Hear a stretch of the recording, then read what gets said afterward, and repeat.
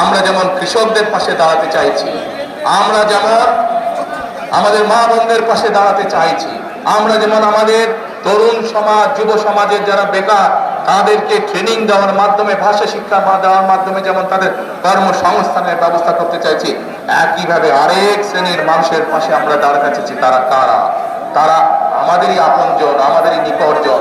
এই মানুষগুলো আমাদের দুঃখের সময় আমাদের সাথে থাকেন, সুখের সময় আমাদের সাথে থাকেন, জীবনেও আমাদের সাথে থাকেন, মৃত্যুর সময় আমাদের সাথে থাকেন।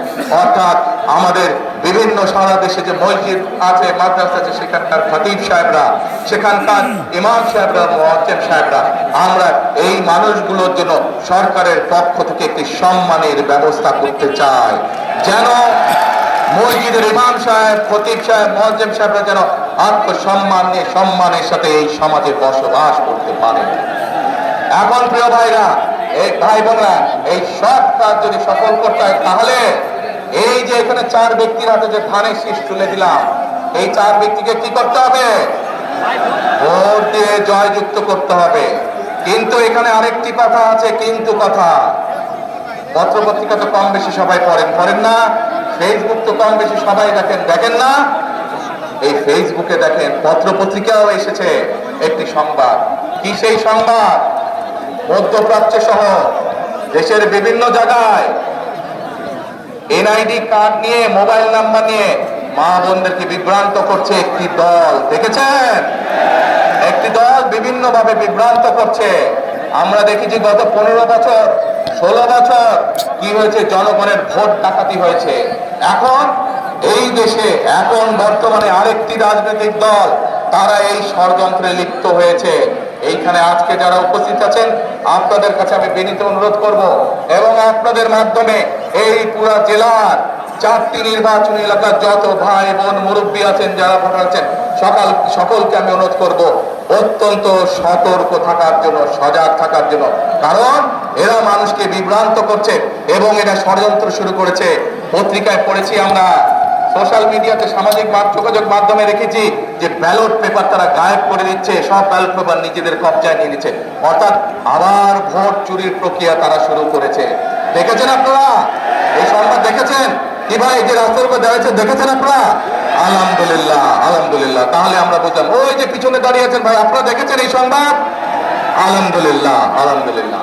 তাহলে আমি ধরে নিতে পারি যে ইনশাআল্লাহ আপনারা সতর্ক থাকবেন এবং সবাইকে সজাগ করতে হবে। এখন ভাই, এই যে যেই দলটি সম্পর্কে সজাগ থাকতে বললাম, এই দল সম্পর্কে আরেকটি কথা বলি আপনাদের সামনে। কয়েকদিন যাবত আমরা কি দেখছি?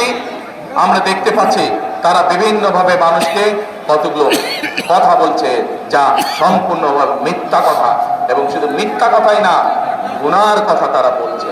আসুন প্রথমে তাদের মিথ্যা কথাটা কি বলছে সেটি আমরা দেখি। কি সেই মিথ্যা কথা? প্রিয় ভাই বোনেরা, আজ আমরা যে মাটিতে দাঁড়িয়ে আছি, এই মাটির নাম কি বলেন তো? কে? মাটির নাম বাংলাদেশ। এই মাটির নাম কি? বাংলাদেশ। 1971 সালে এই মাটিকে, এই মাটির সাথে রক্ত মিশে আছে আমাদের মুক্তিযোদ্ধাদের, বুকের রক্ত, তাজা রক্ত ঢেলে দিয়ে মুক্তিযোদ্ধারা এই দেশকে স্বাধীন করেছেন। এই যেই দলটি সম্পর্কে আপনাদেরকে সজাগ থাকতে বলছে, আমরা দেখেছি তখন কি ভূমিকা ছিল তাদের। যদি তাদের ভূমিকা সেই সময় দেশের পক্ষে থাকতো, যদি তাদের ভূমিকা সেই সময় দেশের জনগণের পক্ষে থাকতো, তাহলে লক্ষ লক্ষ মানুষ শহীদ হতে হতো না। আজ এত মানুষকে শহীদ হতো না 1971 সালে। আজ তারা বলছে অমুককে দেখেছেন, অমুককে দেখেছেন, আমাদেরকে দেখেন না, বলছে না? আরে ভাই, আপনাদেরকে তো মানুষ 71 সালেই দেখেছে, ইতিহাস মুছে ফেলা যায় না।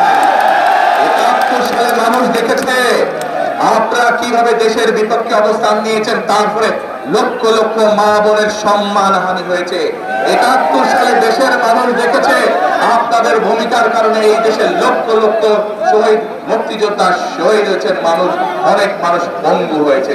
কাজে আপনাদেরকে আমরা আরো 50 বছর আগে দেখে ফেলেছি আপনাদের ভূমিকা কি। প্রিয় ভাই বোনেরা, আসেন এবার